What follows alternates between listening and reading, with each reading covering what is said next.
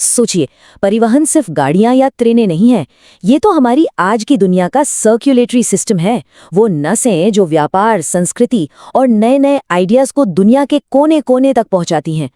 आज के इस विश्लेषण में हम इसी सिस्टम की गहराई में उतरने वाले हैं।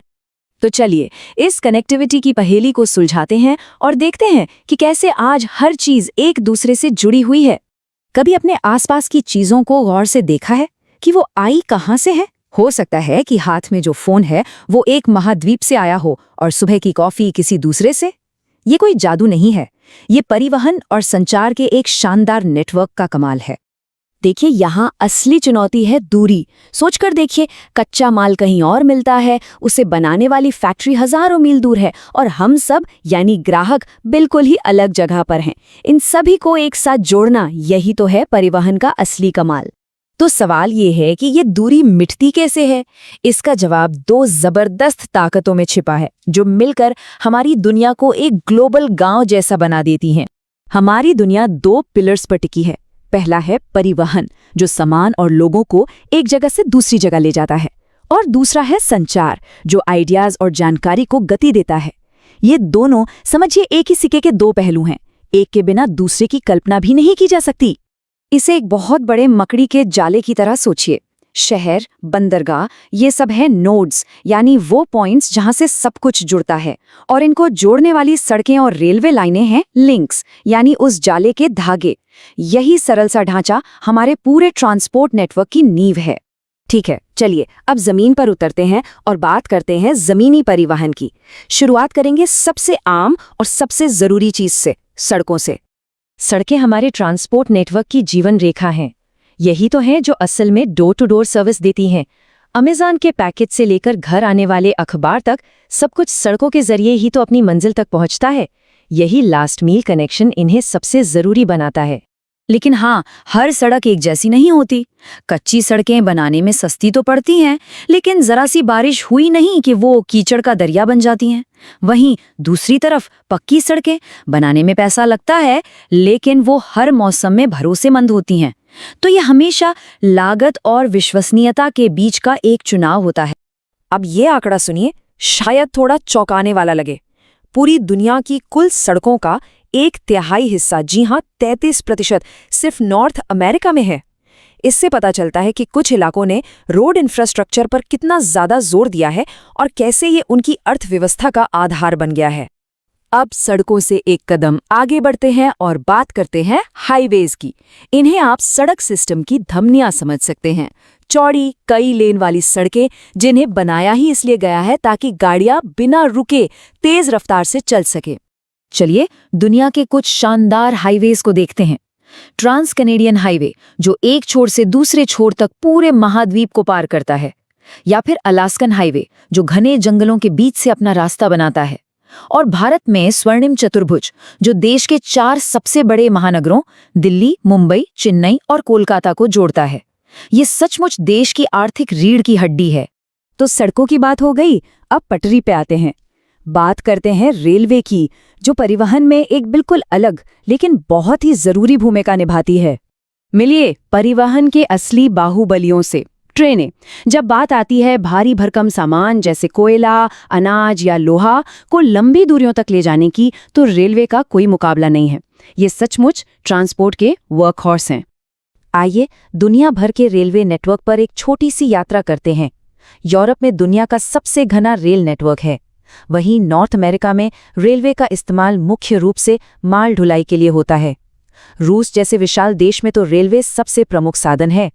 एशिया में भारत, चीन और जापान में भी बहुत घने नेटवर्क्स हैं, जबकि अफ्रीका में ये अभी उतना विकसित नहीं है और ज्यादातर खदानों से बंदरगाहों तक कीमती सामान पहुंचाने के काम आता है। तो हमने सड़कें देख लीं, रेल की पटरियां भी समझ लीं। अब थोड़ा पीछे हटकर देखते हैं कि इन सब चीजों का, इन विशाल नेटवर्कों का असल मतलब क्या है। डामर और स्टील के ये जो जाल बिछे हुए हैं, असल में यही आर्थिक एकीकरण और ग्लोबलाइजेशन को ताकत देते हैं। इन्हीं की वजह से एक देश में बना सामान दुनिया के किसी भी कोने के बाजार में आसानी से पहुंच जाता है। तो इन सब का हमारी जिंदगी पर क्या असर पड़ता है? सीधी सी बात है, इसी कनेक्टिविटी की वजह से हमें दुनिया भर के प्रोडक्ट्स मिलते हैं, जिससे हमारा रहन सहन बेहतर होता है। और ये हमें एक ग्लोबल कम्युनिटी की तरह आपस में जोड़ता है, जहां एक इलाके की जरूरत दूसरे पर निर्भर करती है। तो सवाल बहुत सीधा सा है कि ये दुनिया जो इतने बड़े बड़े महासागरों और विशाल महाद्वीपों में बटी हुई है, आखिर ये जुड़ती कैसे है? यही वो एक बड़ी चुनौती है जिसने सदियों से इंसानी सोच और इंजीनियरिंग को, आप कह सकते हैं, एक नई दिशा दी है। अच्छा, इसे समझने का एक बहुत ही दिलचस्प तरीका है। सोचिए, ये पूरा ग्रह एक शरीर जैसा है और इसका अपना एक सर्कुलेटरी सिस्टम यानी एक परिसंचरण तंत्र है, और इस सिस्टम में है आर्थिक धमनियां जो सामान और संसाधनों को, आप समझ लीजिए, खून की तरह दुनिया के हर कोने तक पंप करती हैं। यही आइडिया हमारी आज की पूरी बातचीत का बेस बनेगा। तो चलिए इस सफर की शुरुआत करते हैं जमीन से। ये कहानी है लोहे और स्टील की, एक ऐसी कहानी जिसने सिर्फ महाद्वीपों को ही नहीं जोड़ा, बल्कि असल में नए नए देशों को गढ़ा, उन्हें जन्म दिया। 9332 किलोमीटर, सोचकर देखिए कितना लंबा सफर है ये लंबाई है ट्रांस साइबेरियन रेलवे की, दुनिया की सबसे लंबी रेलवे लाइन। पर यह सिर्फ एक नंबर नहीं है, ये इंजीनियरिंग के एक ऐसे कमाल की कहानी है जिसकी मिसाल मिलना मुश्किल है। देखिए, ये जो रेलवे लाइंस है ना, ये सिर्फ लोहे की पटरियां नहीं है, ये तो देशों की रीढ़ की हड्डी की तरह है। जैसे ट्रांस साइबेरियन ने रूस के इतने बड़े एशियाई हिस्से को यूरोप से कनेक्ट कर दिया, वहीं ट्रांस कैनेडियन वो कनाडा के गेहूं और मांस के एक्सपोर्ट के लिए मेन आर्टरी बन गई। और यूनियन पैसिफिक ने तो कमाल ही कर दिया, उसने अमेरिकी महाद्वीप को पूरब से पश्चिम तक एक धागे में पिरो दिया। ये सब के सब असल में नेशन बिल्डिंग प्रोजेक्ट्स थे। ठीक है, तो जमीन की बात हो गई, अब जरा पानी की ओर चलते हैं। कभी सोचा है कि दुनिया का ज्यादातर ट्रेड, ज्यादातर व्यापार समंदर के रास्ते ही क्यों होता है? ये महासागर असल में दुनिया के सबसे बिजी हाईवे हैं। आइए समझते हैं क्यों। वजह बहुत साफ है, ग्लोबल ट्रेड के लिए पानी का रास्ता यानी जल परिवहन सबसे ज्यादा कॉस्ट इफेक्टिव है, सबसे किफायती। और इसके पीछे 3 बड़े और सीधे सीधे कारण हैं जो इसे इतना पावरफुल बनाते हैं। तो वो 3 फायदे क्या हैं? देखिए, पहला, आपको कोई सड़क या पटरी नहीं बनानी, महासागर तो पहले से ही बने बनाए नेचुरल हाईवे हैं। दूसरा, पानी में फ्रिक्शन कम होता है तो जहाज बहुत आसानी से ग्लाइड करते हैं, मतलब ईंधन की बचत। और तीसरा, जो बहुत जरूरी है, यह भारी और बड़े बड़े सामानों को ले जाने के लिए एकदम परफेक्ट है। बस इन्हीं 3 वजहों से पूरी दुनिया के ट्रेड पर समंदर का दबदबा है। अब इन्हीं महासागरों में कुछ ऐसे रास्ते हैं जिन्हें हम मरीन सुपर हाईवे कह सकते हैं, जैसे कि नॉर्दर्न अटलांटिक रूट जो नॉर्थ अमेरिका और वेस्टर्न यूरोप को जोड़ता है। फिर है मेडिटेरेनियन इंडियन ओशन रूट, ये स्वेज कनाल के जरिए एक बहुत बड़ा शॉर्टकट है। और Cape of Good Hope route तो खैर अफ्रीका के चारों ओर का वो पुराना पारंपरिक रास्ता है ही। ये सारे के सारे रूट्स ग्लोबल इकोनॉमी की लाइफलाइन है। और इन सब में एक है जिसे एक खास नाम दिया गया है, द बिग ट्रंक रूट। ये नाम है नॉर्दर्न अटलांटिक रूट का, और ये नाम ही इसकी इंपॉर्टेंस बताने के लिए काफी है। क्यों? क्योंकि ये दुनिया का सबसे ज्यादा बिजी समुद्री रास्ता है। लेकिन रुकिए, कहानी सिर्फ बड़े बड़े महासागरों पर खत्म नहीं होती, महाद्वीपों के अंदर भी तो जाना है। और वहां ये काम करती हैं नदियां और झीलें। ये भी जरूरी धमनियों की तरह हैं जो व्यापार को देश के अंदरूनी हिस्सों तक पहुंचाती हैं। अगर कुछ बड़े एग्जाम्पल्स देखें तो यूरोप में राइन नदी दुनिया की सबसे बिजी नदी है और डेन्यूब ईस्टर्न यूरोप की लाइफलाइन मानी जाती है। रूस में वोल्गा का बहुत बड़ा रोल है। और अगर नॉर्थ अमेरिका की बात करें तो वहां ग्रेट लेक्स, सेंट लॉरेंस सीवे और मिसिसिपी ओहायो सिस्टम पूरे इंडस्ट्रियल हार्टलैंड को कनेक्ट करते हैं। ये नदियां सचमुच महाद्वीपों के अंदर खून की तरह बहती हैं, जान डालती हैं। चलिए अब आते हैं इस कहानी के सबसे ज्यादा रोमांचक हिस्से पर। ये वो मोड़ है जहां इंसानी इंजीनियरिंग ने सीधे सीधे प्रकृति को चुनौती दी और दुनिया के नक्शे को ही हमेशा के लिए बदल कर रख दिया। हम बात कर रहे हैं दुनिया की 2 सबसे इंपॉर्टेंट नहरों की। एक तरफ है स्वेज कनाल जो मेडिटेरेनियन सी को रेड सी से जोड़ती है। ये एक सी लेवल कनाल है, मतलब इसमें पानी का लेवल एक जैसा रहता है, कोई लॉक सिस्टम नहीं है। दूसरी तरफ है पनामा कनाल, ये अटलांटिक को पैसिफिक से जोड़ती है और ये एक लॉक कनाल है। इसे ऐसे समझिए कि ये पानी की सीढ़ियों की तरह काम करती है जो जहाज़ों को 26 मीटर ऊपर उठाकर एक समंदर से दूसरे में पहुंचा देती है। और इसका असर कितना बड़ा था, जरा इस नंबर पर गौर कीजिए। 13,000 किलोमीटर। जी हाँ, पैनामा कैनाल ने न्यूयॉर्क से सैन फ्रांसिस्को के समुद्री सफर को 13,000 किलोमीटर छोटा कर दिया। ये इंजीनियरिंग का वो कमाल था जिसने न जाने कितने दिन और कितना पैसा बचाया। तो अब तक हमने जो भी बातें की हैं, अगर उन सबको एक साथ जोड़कर देखें, हमने जमीन पर रेल की बात की, समुद्र के रास्तों को समझा और इंसानों की बनाई हुई नहरों को भी देखा। ये सब मिलकर ही हमारे इस ग्रह की वो आर्थिक धमनियां बनाती हैं जिनकी हम बात कर रहे थे। तो सबसे बड़ी बात जो निकल कर आती है वो ये है कि चाहे वो ट्रांसकॉन्टिनेंटल रेलवे हो या समुद्री सुपर हाईवे या फिर इंसानी इंजीनियरिंग से बनी नहरें, ये सारे नेटवर्क्स हमारी इस इंटरकनेक्टेड दुनिया की जान है, इसकी लाइफलाइन है। ये ठीक वही सर्कुलेटरी सिस्टम है जिसका जिक्र हमने एकदम शुरुआत में किया था। तो चलिए देखते हैं कि आज हम क्या क्या जानने वाले हैं। हम अपनी यात्रा शुरू करेंगे फिजिकल दुनिया से। देखेंगे कि कैसे हवाई जहाज़ों और ज़मीन के नीचे बिछी पाइपलाइनों ने दुनिया को जोड़ा, और फिर हम इंफॉर्मेशन की दुनिया में गोता लगाएंगे और समझेंगे कि कैसे तारों से शुरू हुआ सफ़र साइबर स्पेस तक पहुंचा। ये जो दो क्रांतियां हैं ना, एक एटम्स को हिलाने की और दूसरी बिट्स को हिलाने की, ये एक दूसरे से बहुत गहराई से जुड़ी हुई हैं। इन दोनों ने मिलकर हमारे समाज के हर पहलू को, मतलब ग्लोबल बिजनेस से लेकर हमारे आपसी रिश्तों तक, सबको एक नया रूप दिया है। चलिए देखते हैं कि ये सब हुआ कैसे।